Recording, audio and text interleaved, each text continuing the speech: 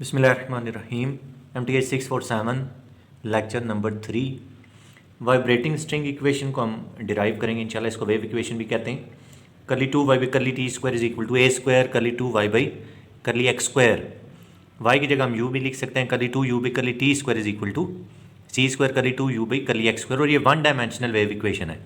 Dimension का मेरे पास कैसे पता चलता है? स्पेस कोऑर्डिनेट से। जैसे इसमें क्यू के सिर्फ एक्स है तो ये वन डायमेंशनल वेव इक्वेशन है। स्ट्रिंग को सपोज कर लेंगे जो अपने दोनों एंड से फिक्स है और एक्स एक्सिस के लॉन्ग मूव कर रही है। ये आपके पास आप समझ लें इस टाइप की एक स्ट्रिंग है जो अपने दोनों एंड से फिक्स है। और जो वेव्स जनरेट होंगी वो ट्रांसवर्स वेव जनरेट होंगी। Particles of the medium move vertically, इनके पार्टिकल जो है वो इसके अप एंड डाउन मूव करेंगे। वेव समझ लें आप राइट साइड पे जा रही है और पार्टिकल जो है वो अप डाउन मूव कर रहे होंगे।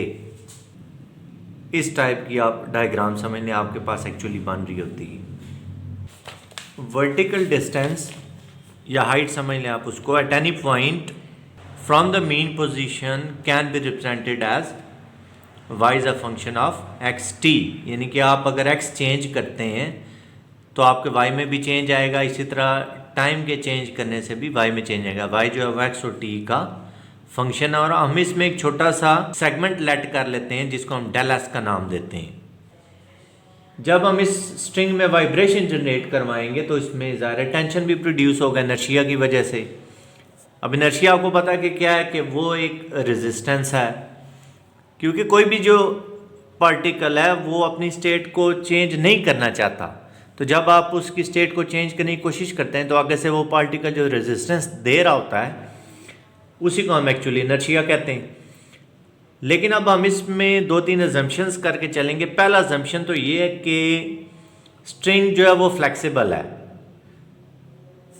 मतलब इसका ये है कि फ्लेक्सिबल होने की वजह से इसमें जिस भी पॉइंट पे जो टेंशन जनरेट होगी वो सेम होगी। मतलब आप किसी भी पॉइंट पे अगर टेंशन चेक करेंगे तो वो आपको सेम मिलेगी, क्योंकि स्ट्रिंग को हमने कहा है कि ये फ्लेक्सिबल है।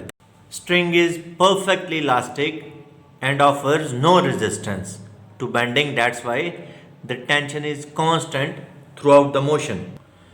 और दूसरी बात क्या थी जी, कि points on the string will move in the vertical direction only. कि पॉइंट्स जो हैं वो सिर्फ और सिर्फ, ये भी अजम्पशन नहीं है कि पॉइंट्स जो हैं वो सिर्फ वर्टिकल डायरेक्शन में मूव करेंगे।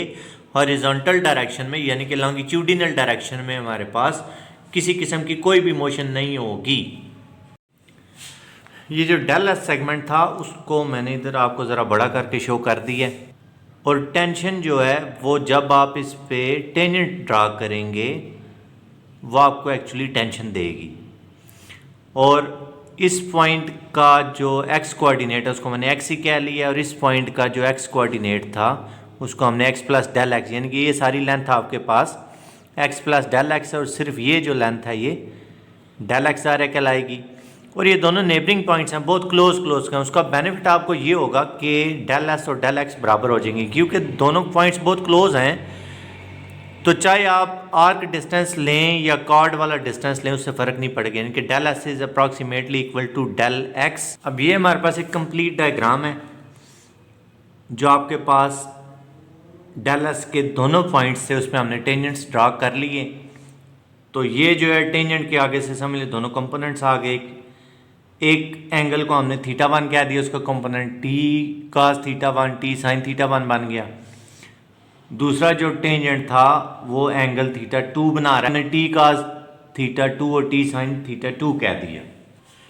ये ज़रा क्लियर डायग्राम बनी, इससे आपको बात ज़रा ज़्यादा अच्छी क्लियर हो जाएगी। अब चाहे इस एंगल को आप θ2 कहें या इसको θ2 कहें, बात एक ही है। तो आपको पता होगा कि जहाँ z बन रहा होता है वहाँ पे ये दोनों एंगल सेम होते हैं।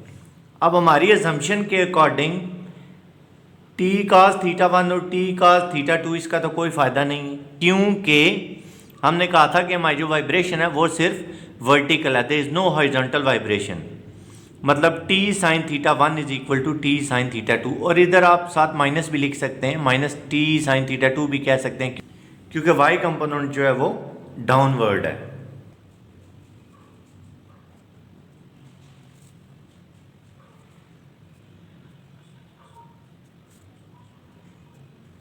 तो नेट अपवर्ड फोर्स हमारे पास आ जाएगी T sine theta 2 minus T sine theta 1। अब इसमें इंपॉर्टेंट बात यह है कि साइन थीटा, टेंजेंट थीटा और थीटा, इन तीनों का ऑर्डर सेम होता है।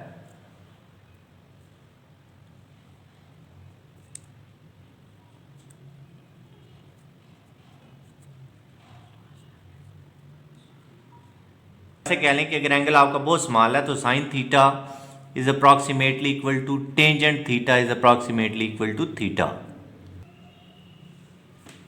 और टेंजेंट थीटा स्लोप को रिप्रेजेंट कर रहा होता है, ये भी हमें पता है।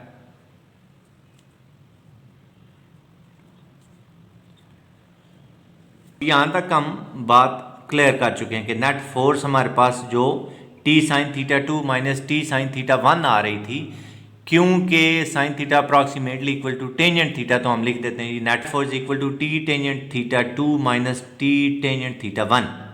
अब Newton second law of motion use करते हैं, F is equal to M A, यानी कि जो डेल एस का मैस है वो लिख लेंगे और डेल एस का जो एक्सेलरेशन है वो लिख लेंगे। हमें पता है density is equal to mass divided by volume,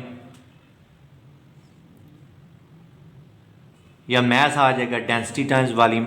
ये तो एक सिंपल लेंथ है डेल एस, इसमें वॉल्यूम वाली तो बात नहीं है, इसमें तो सिर्फ लेंथ ही चलेगी, यानी कि आपके पास v की जगह आ जाएगा डेल एस, और जो डेंसिटी है उसको हम म्यू से शो करते हैं और उसको हम लीनियर मैस डेंसिटी का नाम देते हैं। अब एक्सेलरेशन की बात करते हैं। एक्सेलरेशन वैसे तो हम लिखते हैं,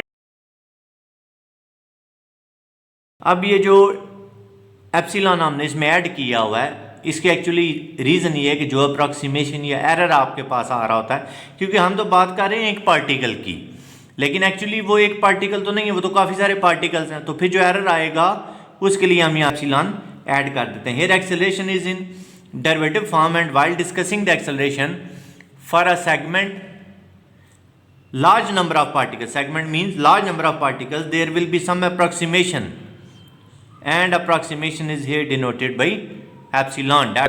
After the comparison of equation number 1 and 2, we will get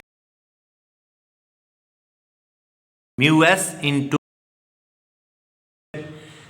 plus epsilon, T common आ गया, और टेंजेंट आगे हमने बात की थी कि वो हम स्लोप को कहते हैं, तो D Y by D X आ जाएगा टेंजेंट की जगह पे, लेकिन ये टेंजेंट है थीटा 2 का, और थीटा 2 जो आपने कहा था वो आपने एक्स प्लस डेल एक्स वाले पॉइंट के हिसाब से बात की थी, तो ये एक्स प्लस डेल एक्स के हिसाब से हो गया, थीटा 1 जो है वो एक्स के हिसाब से हो गया, क्योंकि एक्स और X plus del X neighbouring points हैं, तो डेल एस और डेल एक्स हमारे पास सेम होंगे, यानी कि म्यू डेल एस की जगह हम म्यू डेल एक्स लिख देते हैं, और डेल एक्स से दोनों साइड पे जब डिवाइड करेंगे तो हमारे पास इस तरह का एक लिंक बन जाएगा। यहाँ पे डेल एक्स कैंसिल हो जाएंगे, म्यू इधर मल्टीप्लाई इधर आके डिवाइड हो जाएगा, T del X approaches 0 and epsilon approaches 0, तो जब हम इस पे लिमिट अप्लाई करेंगे तो ये पार्शियल डेरिवेटिव की डेफिनेशन है, तो T over mu into curly भी curly X half is equal to curly 2 Y भी करली टी स्क्वायर, ये हो जाएगा करली 2 वाई भी करली एक्स स्क्वायर। अब क्योंकि टी भी कांस्टेंट है, म्यू भी कांस्टेंट है, तो इसके लिए हम एक और कांस्टेंट यूज कर लेते हैं स्क्वायर, सो करली 2 वाई भी curly T square is equal to A square into curly 2 Y भी करली एक्स स्क्वायर, और ए या सी जो है इसमें वो वेव की स्पीड को शो कर रहा होता है।